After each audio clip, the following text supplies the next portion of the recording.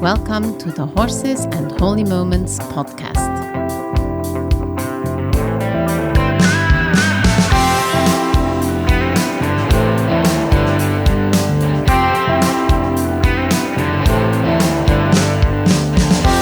Hi, Ingela. Hey, Corrie, how are you? I am great. It's so wonderful we're back together for another episode. I love our time together. I do too. I am loving it. And I actually had the privilege when I arrived in Switzerland, because I came to visit you for a little bit, to go with you to a very difficult horse. The owner had asked for help, and it was a warmblood mare. And I don't think she had the greatest past, but she was super stressed out. I believe that it was said she had a bucking problem. And I think the owner restarted her. She came already started, and she is a jumping horse, jumping bred. okay, A very nice horse, right? beautiful. Yeah, but she had lost her foal. She was thin when we arrived, and when the new owner first got her, she restarted her. And I think that went fairly well until someone else, she wanted to sell it, and until someone else rode the horse bucked that person off and really freaked, kept on bucking, I think. Wow. Which it doesn't surprise me when you actually saw this horse in person, because she was just very hyper, worried, stressed. So when Ingela arrived, she actually asked the owner to just show her a little bit with the mare, and she started online. The horse was worried. In a little round pen. Very small round pen. But it went fairly well, this part. Except the horse was still kind of crowding her and was quite close to her. Remember she said she's able to walk with the horse? Once she has done a little bit of the calming exercises that I have already advised her over the phone to do. Mm-hmm. She's able to walk with the horse and also ask the horse to go in a circle and do gentling in motion in walk. But when the horse is free, it loses the plot. And when she goes faster, and what you saw is she was able to ask the horse to go sideways while facing her in a half circle and come to a level of relaxation, but she was still crowding her. Yes. And not staying still, wiggling with her body. Right? It wasn't true relaxation. Exactly. And then so they did do the little bit of online, and then Ingela wanted to see her at Liberty. And that's when the horse really, really, really got stressed out, running around, very disconnected from her owner. And she was going to jump out. She kept looking and it was an electric fence tape. We had to block her there from not jumping out, right? Yes. So then Ingela actually came in the round pen, put her back online, and it was just so neat to see how this mare just changed within 30-ish seconds of Ingela being with her. So I wanted Ingela to talk a little bit about this. And Ingela, will you share, how you did it? Because we all want to know and get better. Okay, sure. Well, first of all, what's also important to know is that the horse has run through fences. Okay. And then it was trained or restarted or had help from what we would call top professionals in the natural horsemanship world in Switzerland and in Germany. Both these natural horsemanship trainers are also very involved with competition horses. Hence, this owner contacted them, of course, because she has a sports horse.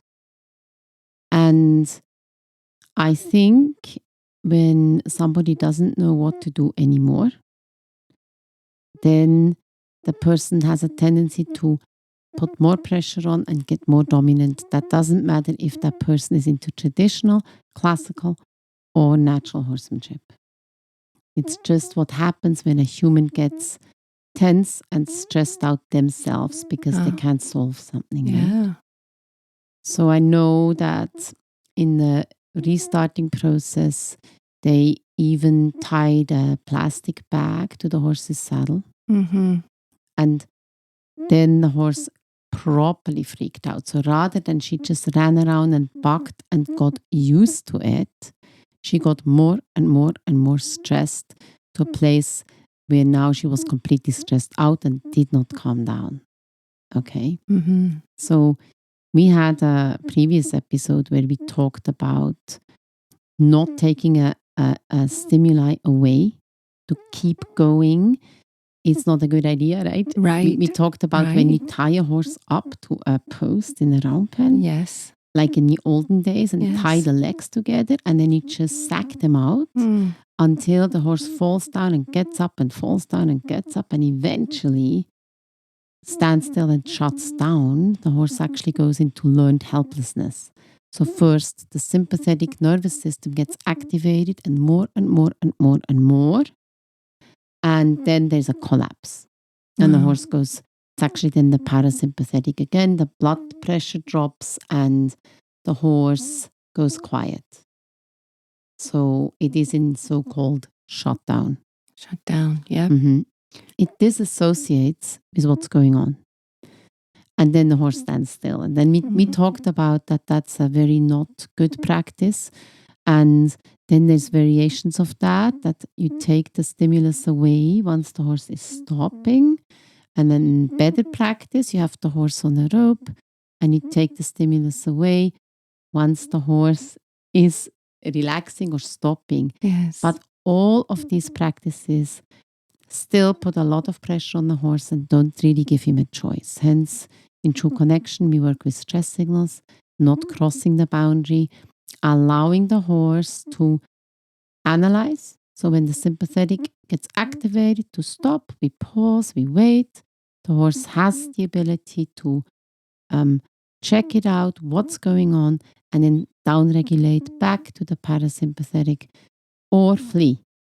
Either or, right? Right. So we're trying to not break that boundary, that barrier, so the horse can regulate and easily accept motion and touch and noise. Now, this particular mare never had that chance. Mm-hmm. She would have tying a plastic bag to the saddle is either in a category of same as tying a horse up to a post and not taking the stimulus away, or it's in the category of having the horse on a rope and not taking it away. And when it's tied to the saddle, it never stops. If the wind blows it, it never goes away. The horse is absolutely, completely forced to accept it. So either it will, and it shuts down, or it won't, and it can keep going until it kills itself. So this has happened to this horse, which is actually very, very sad. Now, the new owner loves the horse, right? She loves that horse. Yes. She wants to do the best for the horse. Yes. But she got into a place of a horse that doesn't get once stressed like your horse did when it saw the cows. Right, okay. We are talking about a horse getting stressed, not getting the time to downregulate, and while it's still stressed, get more stressed and more stressed and more stressed and more stressed. So more cortisol, more adrenaline, and more and more and more and more until the horse is completely stressed out. So that this is a much too much stimulus and no resetting, no downregulating. And when that happens, even with a calm horse, when we do this, there comes one moment where it's too much and the horse completely blows up. In the case of this mare, she was in a constant state of stress. Hence, she lost the foal, she loses weight. Horses like that can get ulcers as well. That wouldn't surprise me when I saw her, because she was just, we want a little, as Ingela calls it, Tony the pony, but she was, and I know many people have this difficulty with their horses. So. Yeah, so I told you a little more about the background, but You asked me, what did I do? Mm-hmm. Because I guess it looked like not much, right? Yes, it did not look like much. So I remember going in, Mm-hmm. and the horse was in a different world. It's not in my world. It's like it doesn't see me. Yeah. So it is in a state of stress and anxiousness and a right brain. Adrenaline is there, cortisol is there. The horse is not trying to downregulate. It is in so-called flight and fight mode. In this mare's case, no fight, just flight. Right? She's trying to get away. She's trying to get out. And we had the added factor that she had a very strong bond to a Shetland pony. That was just about 10 meters away. That's right. Yes. Not far. No, the Shetland pony was tied to the fence with another Shetland pony. And this mare was very strongly attached to that pony. So she wanted to go there. Why? That's her safety. That's her comfort. That's where she feels home. Not with us. Right. So the horse, I always first go into how is the horse feeling. Okay. The horse is feeling unsafe. It's in flight mode. Therefore, it cannot learn. There is no point sending the horse on a circle, trying to teach the horse a transition from walk to trot, or trying to see if we can get the horse used to gentling. Nothing is going to work. Nothing. Oh, wow. Okay. So I am not trying to teach a horse something when it's in that state. Mm-hmm. I would do everything I can to help the horse come back and activate the parasympathetic, come into a place of rest, digest mode. Okay. So step one, I show the horse who I am. I Mm-hmm. take the lead. I be the lead. Yeah. Okay? And in that process, I become very present in that pen. I'm not a no-show. Yes. I am there. Yes. And I'm communicating this to the horse from my heart. Yeah. Everything's going to be okay. I promise I take care of you. I promise I'm your best friend. You can chill. I check for the predators. I am your herd. So as the horse comes to push over the top of me, I very fast and light, I block this because I'm honoring my personal space. And the moment I've done that, I don't do more than what the horse is pushing. I do exactly a match, the same as the horse would push on a wall. I match the pressure she puts on me by blocking with the same amount. Same speed, same energy, the same, like I'm a wall. Yes. Okay? And instantly, I stop and relax. Because the wall doesn't keep pushing. The wall doesn't get nervous. The wall does not do any of these things. And not that I am a wall, Yeah. but there shouldn't be an emotional reaction from me toward the horse. I love that. Right? Yeah. So you can think of yourself as being like a wall. I neutral. love that. If you push on a wall, it won't give. Right. Right? But it doesn't hit you back. Right. That's important. That's very important. So what I did there is basically honor my personal space and instantly go about my own business. I'm not watching the horse like a hawk if he's now respecting my space. I block, I relax, I do my thing. I check for predators, I relax. So I walk a few steps, I stop, I do the same. And I think I needed to block her 2 or 3 times. Yeah, it wasn't that many. I needed to do it because at that moment the wind picked up. It started to rain like crazy. Yes. I'm putting my raincoat up and then it hailed. Do you remember? Yes. Literal hail. And for a split second I thought, maybe we should stop and go and continue later. And then I'm thinking, absolutely not. Right.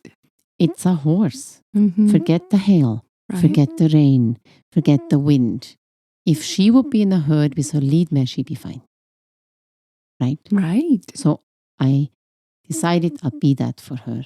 Yes, Okay. and you were. So maybe 20, 30 seconds later, she is calming down. She shook her head and mane. She lowered her head. She took a deep breath and she's standing still. I think I walked with her a little bit. You did. And I think I even asked her for a little half sideways circle, all of that was good. But then I knew we have one job to do. We need to regulate that horse's nervous system. There's no other job to do. Nothing else is important. And everyone can do it. So right now, to all the listeners, okay, no matter what your horsemanship level is, no matter if you've ever heard of True Connection or never, no matter if you have had the opportunity to come to an online course, to a live course, or take part in the online courses, or learn from other people, and no matter if you know a lot or nothing, no matter if you have 20, 30, 40 years of experience or you just got your first horse, no matter your age, no matter if you're still working on becoming the lead or you're more passive or more dominant, no matter where you're at or where the horse is at. If you focus on helping the horse regulate his nervous system and wait for him to be able to assess a situation and then make a choice and lick his lips, if you just wait for that, if you do that one thing, you already do a lot for your horse, and you get to go a long way with that horse in helping him calm down, helping him feel good. And when you do that, the horse will be in a learning state, in a learning mode. So back to that horse. I also knew that if me at my level communicate to the horse, okay, this is not okay to push over people, run through fences, etc. Maybe I'll be fast enough to communicate that. Maybe I'm good enough to communicate that. And the horse would get through this with me and really look to me as the lead and calm down. But then we have the situation that she wouldn't do that with the owner who is still practicing to be a better lead.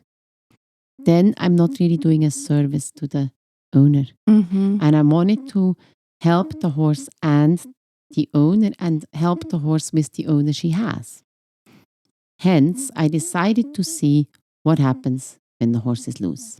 And the horse is much worse with strangers. It's really not good with the vet. They can't inject her, So I turned her loose in the round pen. And I think I just went to put the halter away, and she really stressed out, right? She really stressed out. She stressed out. She started running, and then it was just a small little white tape, like electric tape, but not electrified, right? Yeah. So she walked then through there or pushed through that fence, pushed right through the other fence, and then wanted to go to the Shetland pony. And as we go to open the gate to let her, she goes around the other side and is stressing out there where she can't get to the pony, etc. Yep. So we went to get her, we let her back in, and then what we worked on is we say to the horse, okay, we're going to work on this one thing. And we say that to ourselves, your nervous system, we're going to help you calm down. Yeah. So what we did is we took her to where the pony was, but not to rest. There we did a little work because we're trying to change the brain chemistry. She so strongly wants to be there. We're going to want to take her. We want to change her mind so she wants to be away from there and rest somewhere else. But we are not working her as a punishment. We would be working anyway. We just choose that we're doing our walk circle right where that little pony is. And then after a few walk circles, we are allowing her to walk away just 2 or 3 meters. Right. And pretty soon she walked maybe 5 meters to the other side of that little pen. And then she would turn around and come back to the pony. We let her. I just walk with her. Do a little circle by the pony and let her walk away. And pretty soon she started to stop over there, lick her lips, pause for 2 or 3 seconds before she returned. And this is how we changed the nervous system. This is how we help her calm down. And then she started to yawn, which is so great. So all that trauma, all that stress, she's yawning that out. So amazing. Yeah, and then that's basically what I advise the owner to do, is to keep on going with this until the horse is really calm. And then we would go to the next steps of going through the process of how to deal with separation anxiety, etc. But then the horse would actually be in a learning frame. Yes. And I know the owner, she loved that horse so much and she wanted to help her. It was just, and then you gave her the lead rope to practice herself, and there was a change. So, and she did really well. Giving her the tools to be able to help her horse. It just, it was really neat to see. And the horse's threshold was so small, but thinking of that nervous system and seeing the change was very, very neat. Yeah, and it's so similar to us. When we are stressed out and there is one concern after the other and one fear after the other and one pressure after the other, that affects our nervous system too. Yes. And a person can be in a constant state of stress. The adrenaline and the cortisol are too high. So when that person is relaxing, they might still not be in true homeostasis. They might still be actually a little bit stressed out. Yes. But they don't know that. Yes. Right? And then the body is also trying to push them back into a place of stress because that is the norm. So I feel that, when Jesus is saying, come to me. Come to me, all of you who are weary and heavy laden, and I will give you rest.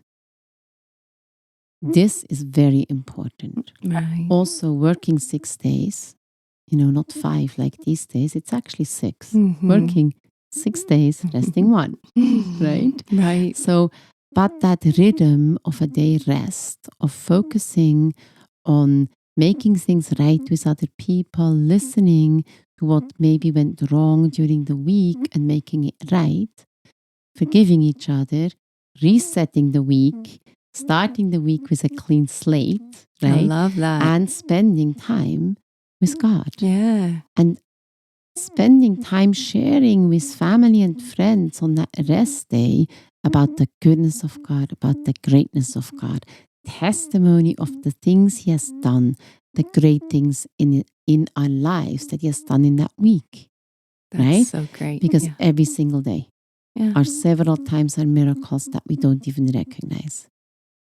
Because He's always working on our behalf. He's always turning challenging situations or things that look like they're against us into something good for us, for all those who love Him.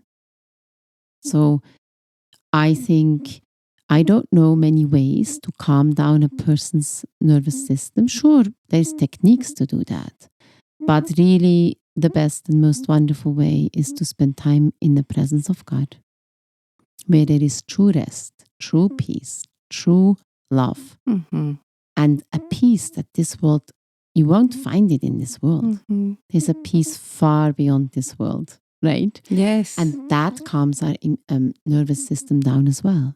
So great. Yes. And with the horse, when we help him calm down, he really likes us better. Yeah, I've heard you say that. Yeah. When the horse is stressed out and we do a social interaction with him, we look where he looks, but then we relax and he relaxes with us and he knows he's safe and he can calm down. Well, he also looks to us in a way of he wants to follow. He wants to be there. He knows he can trust us that we help him. And that's, I think we need to be like Jesus to the horse. Yeah. With all his problems, all his fear in this world. Like Jesus is Jesus to us. And he says, don't be afraid. Many, many times. Right? He takes our fear. He helps us calm down. And we are representing him to all of creation. So we as the sons and daughters of God, we need to help the horse calm down. So he doesn't need to be afraid, even though he's in a fallen world. So true. I just love that picture and love everything about this conversation. It was a beautiful day to see the change in the horse. And we will wrap it up here. Thank you so much for listening. Thank you, Ingela.